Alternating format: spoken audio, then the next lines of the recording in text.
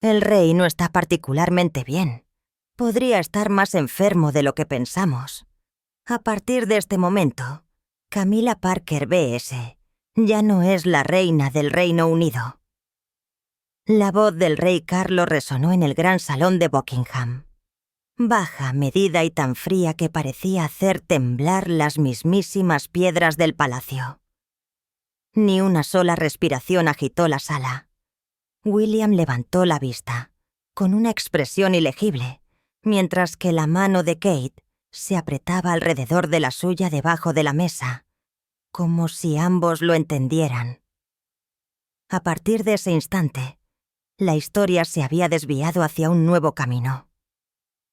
Nadie podía comprender qué había llevado al rey, famoso por su compostura, a emitir un veredicto tan afilado como la hoja de una guillotina. Detrás del oro brillante del trono, algo se había hecho añicos, una verdad conocida solo por las 3 almas en el corazón de esa sala. Cuando Carlos declaró que abdicaría el trono al príncipe William y se alejaría de la corona, el aire se hizo denso, cargado con miles de secretos aún por revelar. Bajo el resplandor cegador de las luces de la televisión, el rostro de Camilla permaneció como una máscara de serenidad. Pero sus ojos parpadearon por un instante fugaz, atrapados entre el orgullo y el pánico. Nadie sabía lo que había ocurrido antes de esa ceremonia. Una noche, una llamada telefónica, una mentira o un plan. ¿Fue este el decreto de un rey que elige la justicia por encima del amor? ¿O el golpe frío y calculado de un hombre que acababa de descubrir una traición? El aire en el palacio de Buckingham se sentía pesado, como si estuviera cubierto de plomo. Las cortinas de terciopelo carmesí y el brillo dorado de los relieves ornamentados parecían absorber cada sonido, haciendo que el silencio fuera opresivo, casi amenazante.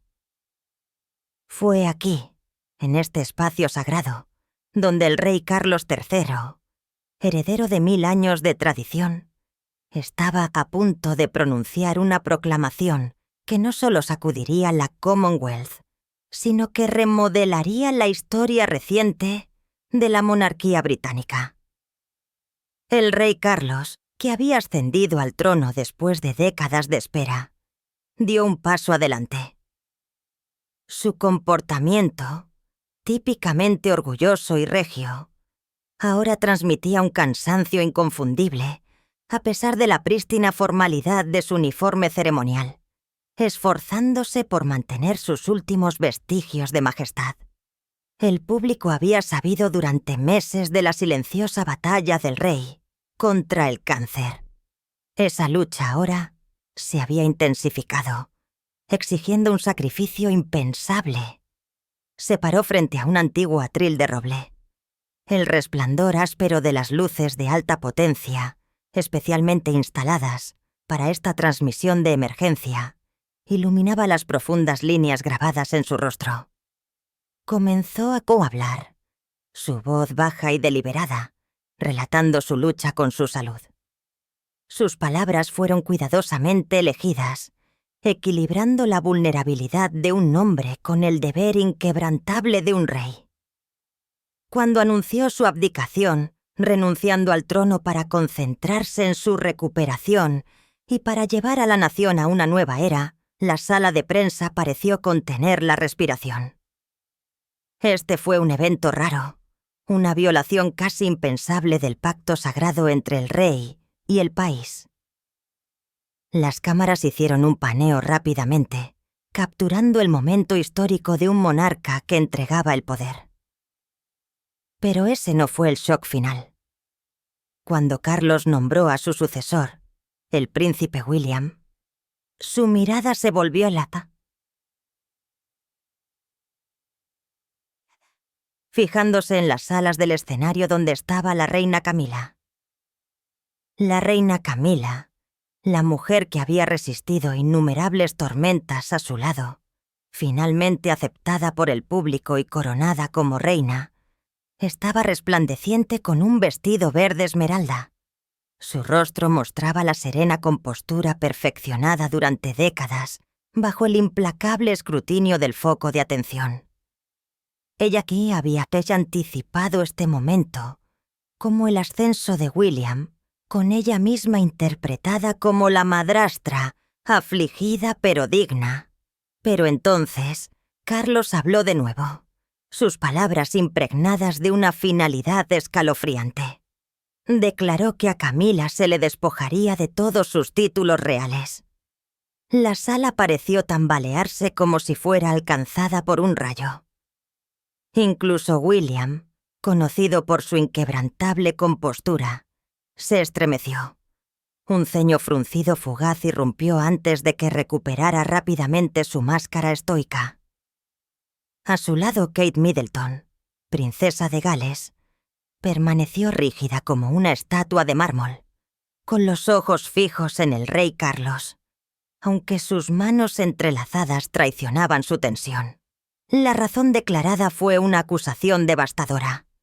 Sospecha de falsificar los registros médicos del rey con la intención de manipular y controlar el poder durante su enfermedad. En ese momento, Camila casi deja caer su pañuelo de seda. La máscara de serenidad cuidadosamente construida, que había usado durante años, se derrumbó. Sus ojos se abrieron, no por miedo, sino por pura incredulidad ante este contraataque imprevisto. Ella lo había calculado todo, excepto esta traición final. No de un extraño, sino del esposo que creía tener firmemente en sus manos. La conferencia de prensa terminó en caos. Los reporteros se apresuraron, marcando y presentando historias frenéticamente, olvidando toda formalidad. La familia real se marchó rápidamente sin una palabra ni un gesto de consuelo. William y Kate se movieron con la urgencia de quienes huyen de un desastre, su silencio resonando como un trueno. Dentro del palacio, incluso los sirvientes y ayudantes más discretos no pudieron contener sus susurros. Los pasillos y los pequeños comedores zumbaban con especulaciones silenciosas. La carrera de la reina Camila había terminado abruptamente, humillantemente, despojada de todo en cuestión de minutos ante las cámaras del mundo. Más allá de las puertas del palacio, Londres estaba en agitación. La prensa británica, nunca tímida ante un escándalo real, estalló. Titulares como «El rey abdica», «La reina traicionada», dominaron las vallas publicitarias digitales. Los periódicos detallaron la caída de Camila desde la prestigiosa Orden de la Jarretera hasta el título de reina que solo recientemente había reclamado. La opinión pública en Gran Bretaña se dividió bruscamente. Un lado aclamó la acción de Carlos como una restauración necesaria de la justicia, un rey que defendía la integridad ante la traición personal.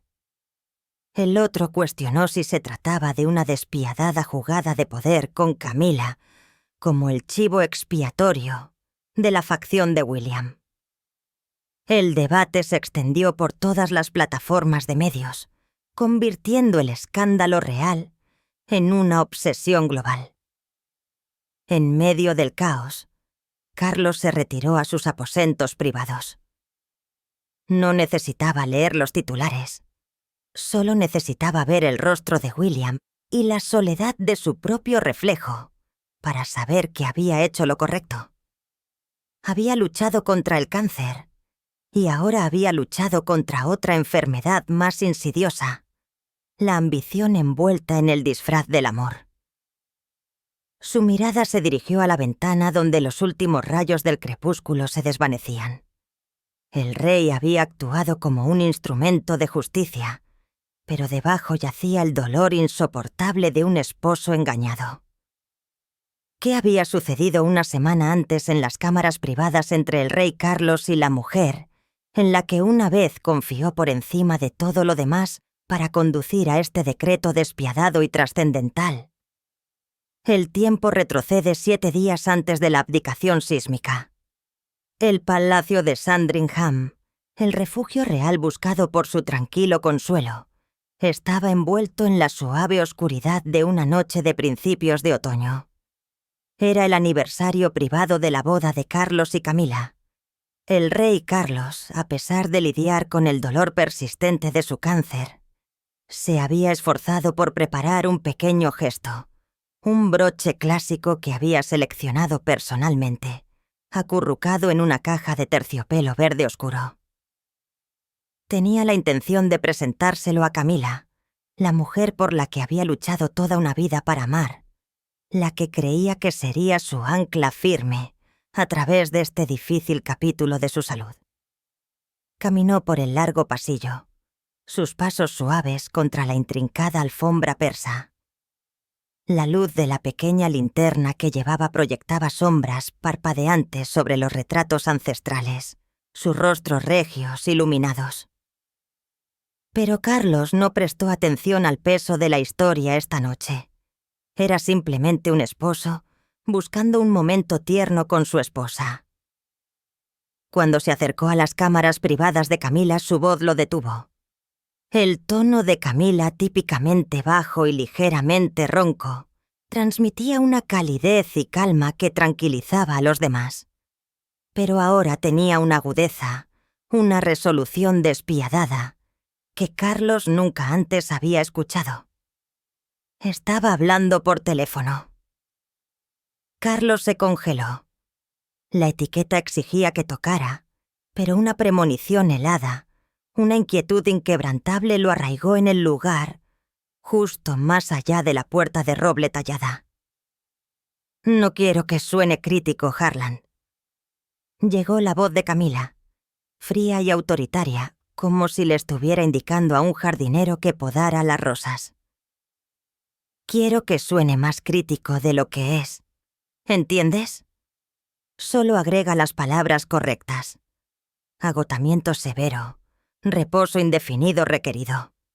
Eso convencerá al Consejo de que el rey necesita un período de recuperación prolongado». Un escalofrío recorrió la columna vertebral de Carlos. Harlan era su médico de confianza, un amigo de mucho tiempo dentro del palacio. Y ahora ese amigo estaba siendo manipulado por Camila para falsificar los registros médicos de Carlos. Su mano se apretó alrededor de la caja de terciopelo. Se quedó inmóvil. Ya no era el rey Carlos, sino un hombre escuchando una amarga verdad desenvolverse. La llamada terminó, y Camila marcó rápidamente otro número.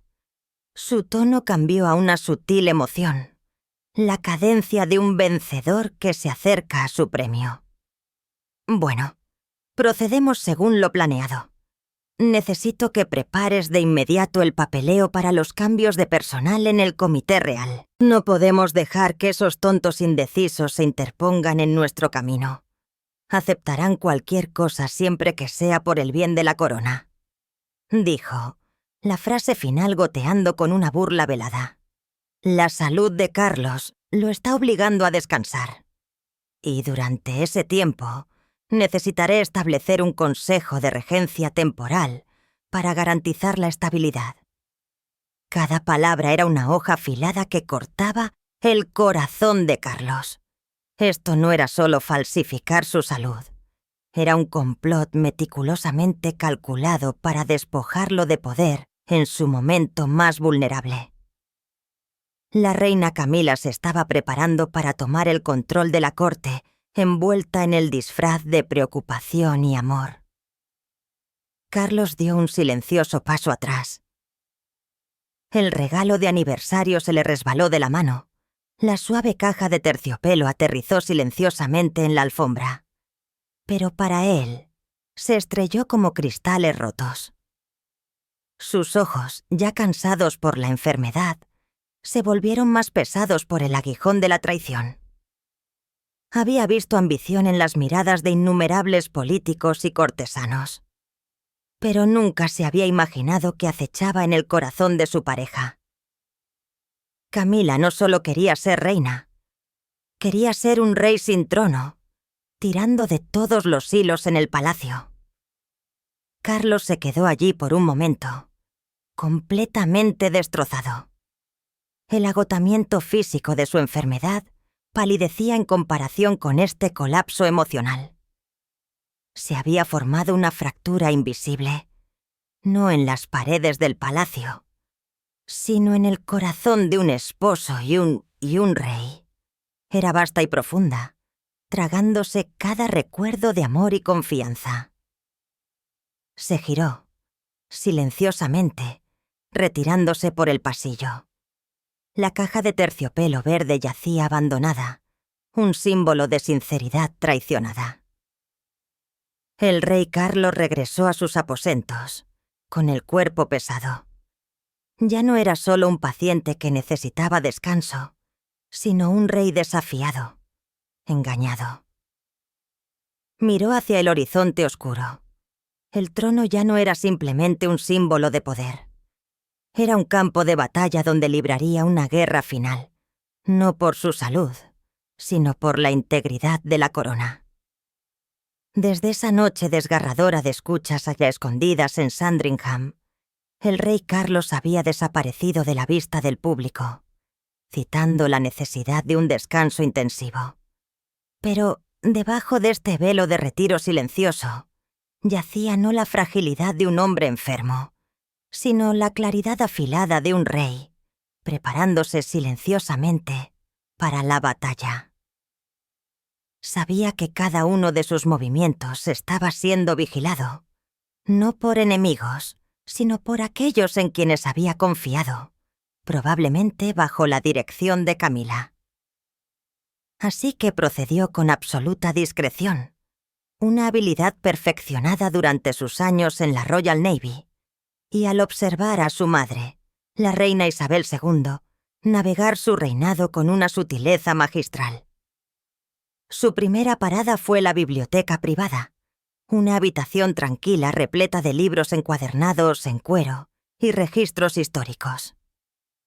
Allí, profundizó en los archivos de expedientes médicos personales, informes meticulosamente almacenados que detallaban la salud de la familia real a lo largo de los años.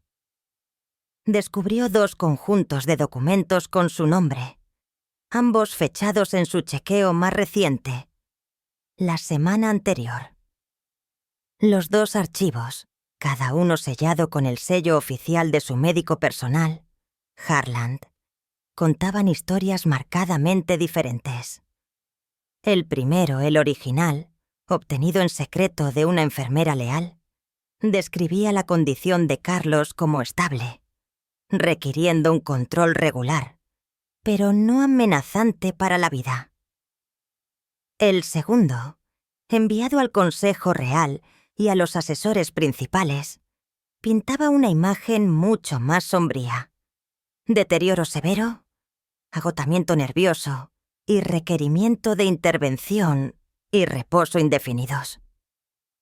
La discrepancia no era solo evidencia de falsificación. Era una bofetada a la confianza de Carlos. Colocó los 2 informes uno al lado del otro, la fría verdad brillando bajo la lámpara de escritorio. Camila había orquestado a Harlan para distorsionar la información, creando un pretexto para la ausencia de Carlos. Mientras Carlos profundizaba en el pasado, Camila seguía adelante con su propia agenda. Apareció ante el público como la reina devota, visiblemente preocupada por la salud de su esposo y enfatizando la necesidad de un liderazgo interino. En su ausencia, convocó a altos funcionarios de confianza, plantando sutilmente la idea de que Carlos ya no estaba en condiciones de gobernar la corte.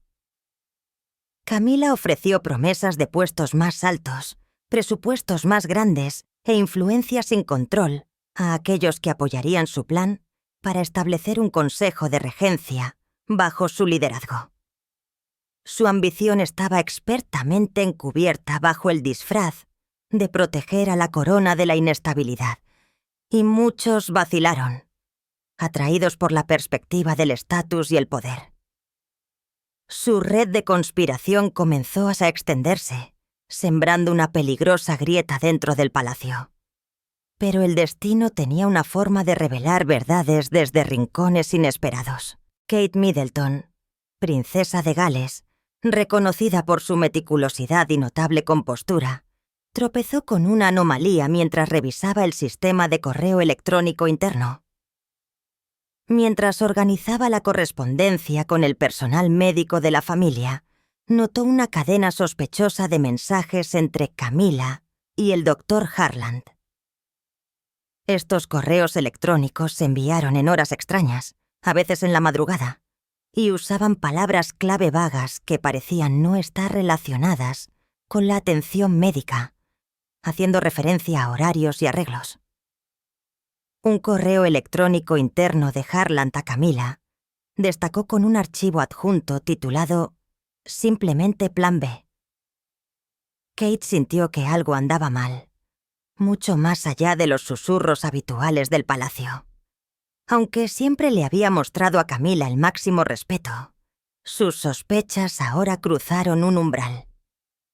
Sin dudarlo, decidió informar sus hallazgos directamente a su esposo, el príncipe William, quien estaba lidiando con presiones duales, preocupado por la salud de su padre y la preparación mental para su inminente papel como heredero. Cuando William recibió el mensaje de Kate, estaba en su oficina en el Palacio de Kensington, un respiro necesario de la atmósfera sofocante de Buckingham. Escaneó los detalles que ella proporcionó. Sus ojos se endurecieron con cada línea. William siempre había mantenido el respeto por su madrastra, la mujer que había traído felicidad a su padre. Pero ahora la evidencia que Kate descubrió pintaba una imagen marcadamente diferente de esa devoción.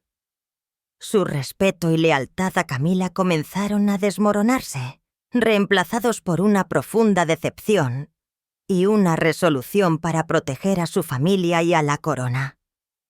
William miró por la ventana donde el Palacio de Kensington se enfrentaba a un cielo londinense apático. En sus ojos, la sospecha se convirtió en vigilancia.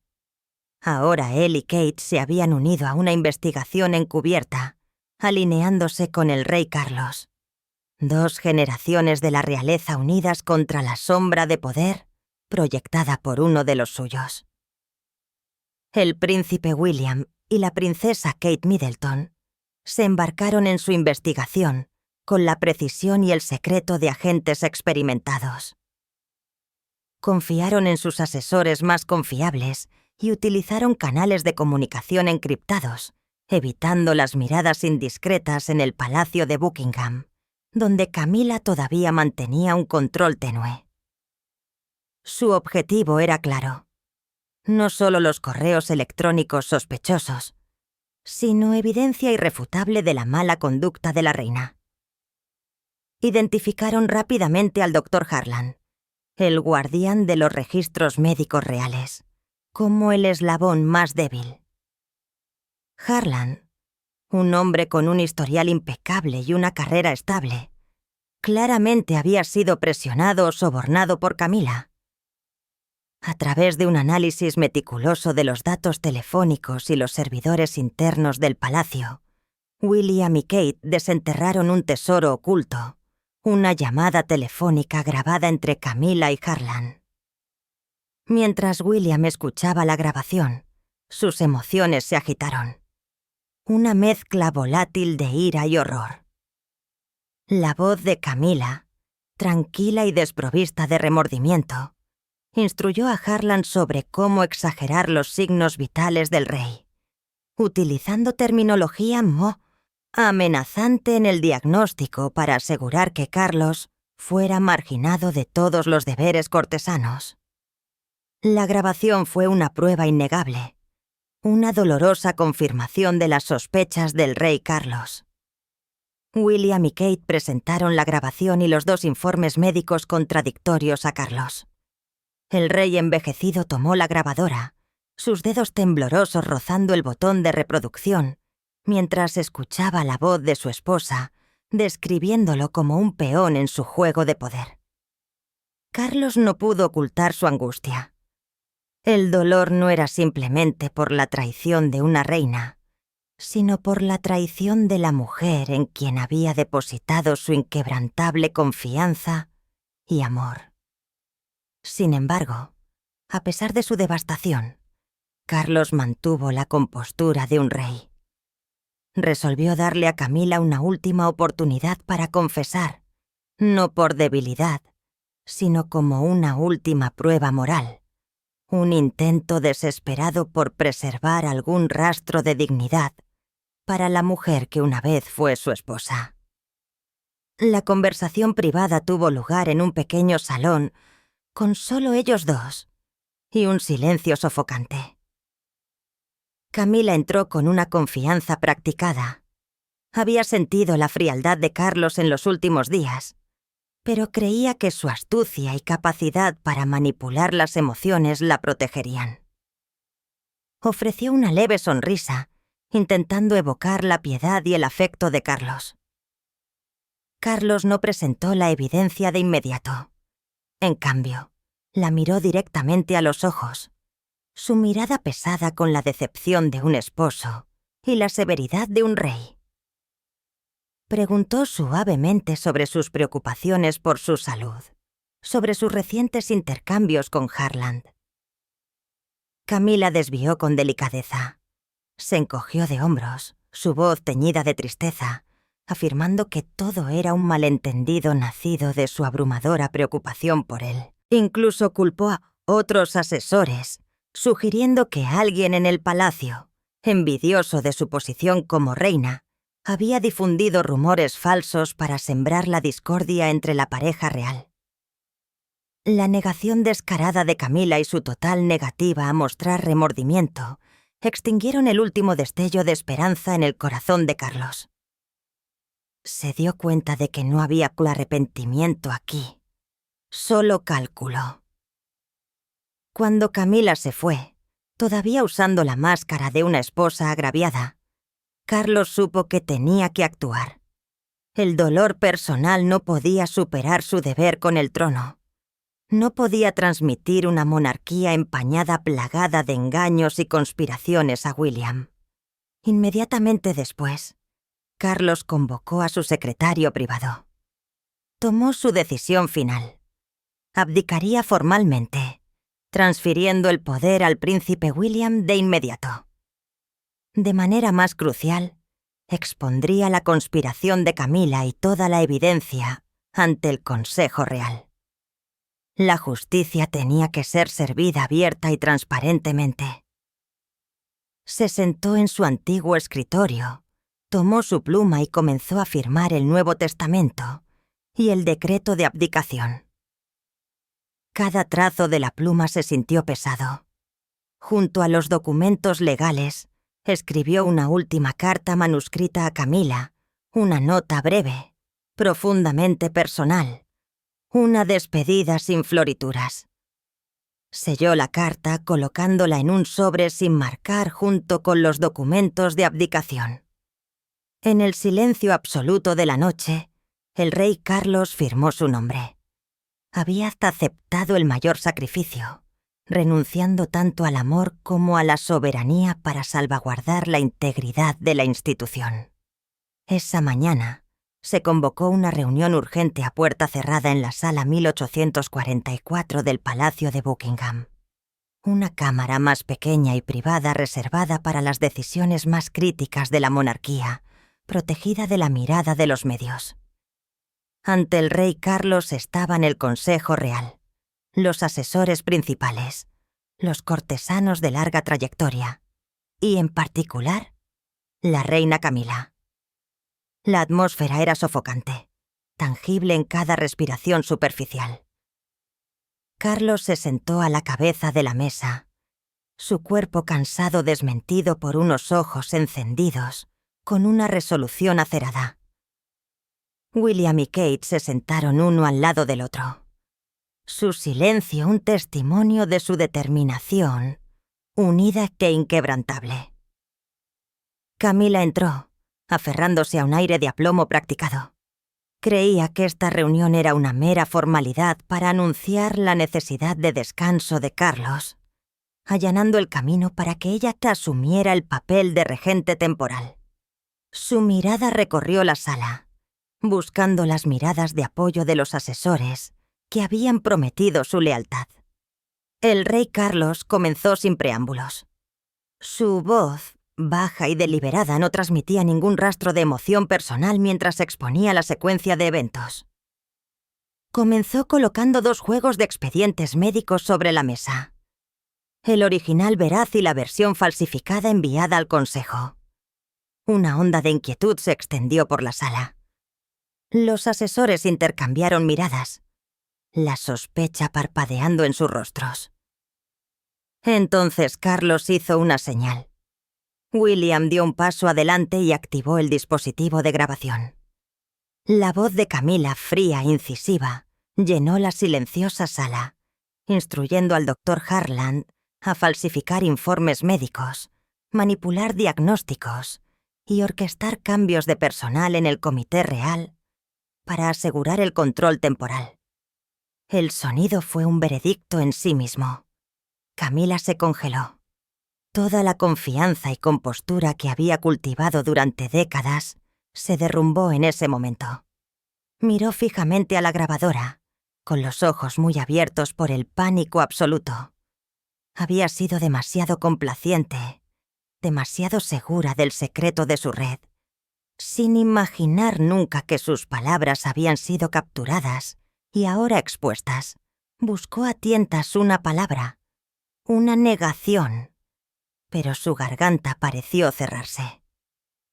Su rostro palideció, las arrugas marcadas bajo la luz. Los asesores y funcionarios que una vez habían respaldado su plan bajaron la cabeza, evitando la mirada de Carlos. Su traición y miedo se aferraron a ellos como una segunda piel.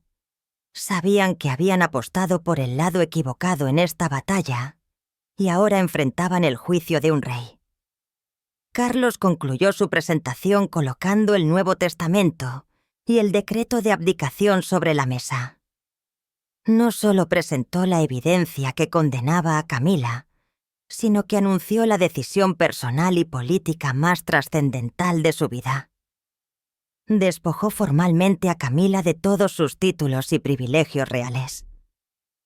Ella ya no sería reina, ya no sería un miembro de la realeza de alto rango, y cada honor que ostentaba sería revocado. Era el castigo más severo que un miembro de la realeza podía soportar. A continuación, transfirió el trono al príncipe William, proclamándolo el único sucesor legítimo y honorable. Mientras se leían en voz alta las formalidades administrativas, confirmando esta histórica transferencia de poder, Camila permaneció sentada, inmóvil. No ofreció resistencia ni excusas. Sus manos temblorosas apretaban su pañuelo de seda, con los nudillos blanquecinos. Su mirada se encontró con la de Carlos, llena no del remordimiento de una esposa, sino de la amargura de una adversaria derrotada.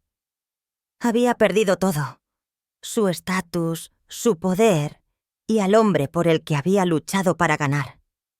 Una vez que concluyeron los procedimientos, William se acercó a su padre. Inclinó ligeramente la cabeza, un gesto de profundo respeto. William se encontró con los ojos de Carlos, un voto silencioso que pasaba entre ellos. Luego echó una mirada fugaz a Camila, ahora retirándose a las sombras de la habitación. Padre eligió la justicia.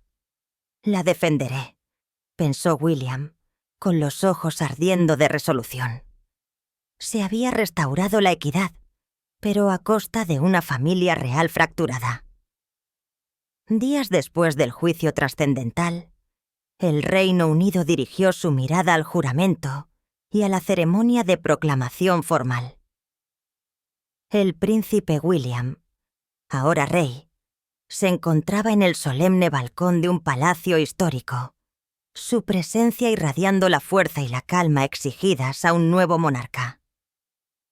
A su lado, la princesa Kate Middleton, ahora reina, permanecía resuelta y compuesta, sus ojos reflejando una confianza inquebrantable en su esposo y la pureza del camino que habían elegido.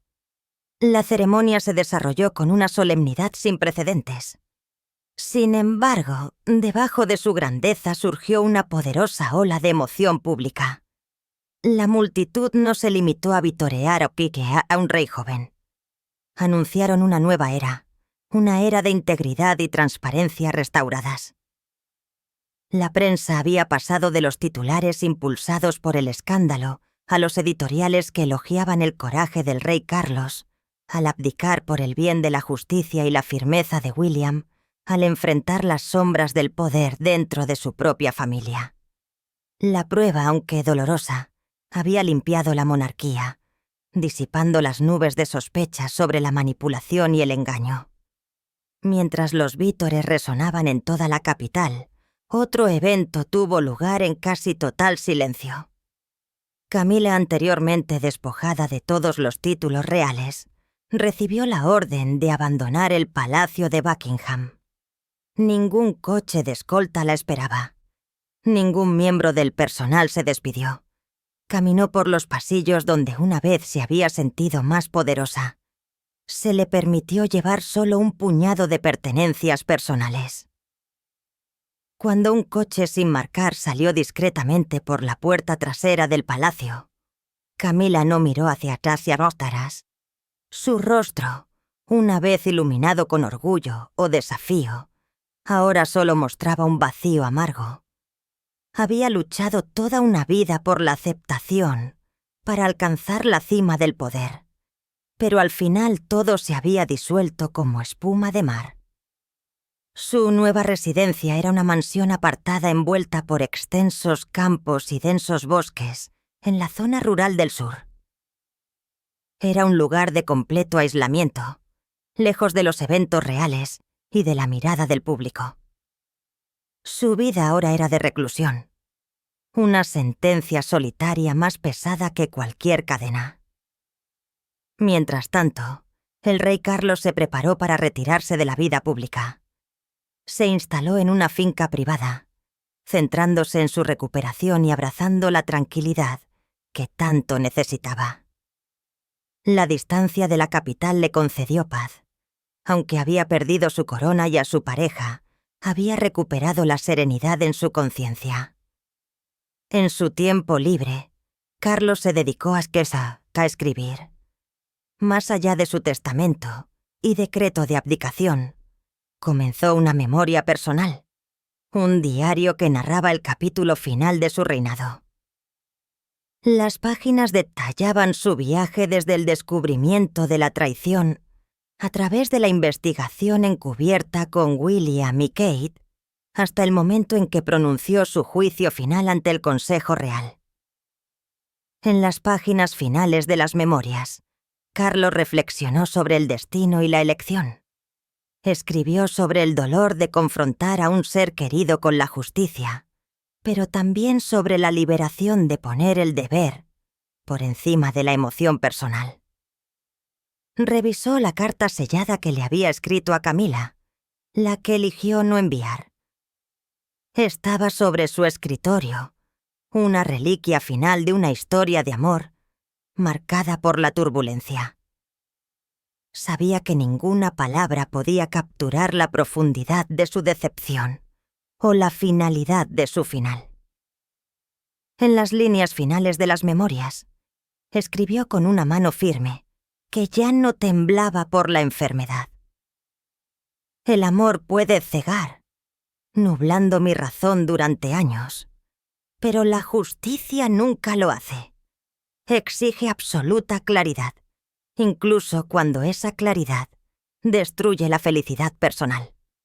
Cuando Carlos cerró las memorias, un sonido solemne resonó a la distancia, el resonante toque de las campanas del palacio, señalando otra ceremonia formal. Era el sonido de la continuidad, de la restauración. Una nueva monarquía había comenzado donde las sombras del poder habían sido desterradas y el legado de integridad sería defendido por su sucesor. Después de leer la historia, ¿Cree que la decisión del rey Carlos de abdicar y sacar la verdad a la luz fue el acto de un rey que prioriza el deber sobre la emoción o un acto personal de venganza contra la traición de su esposa? Comparta sus pensamientos con nosotros en la sección de comentarios. Recuerde darle me gusta, compartir y suscribirse para obtener más contenido. Además, haga clic en el siguiente video que se muestra en su pantalla. Lo disfrutará.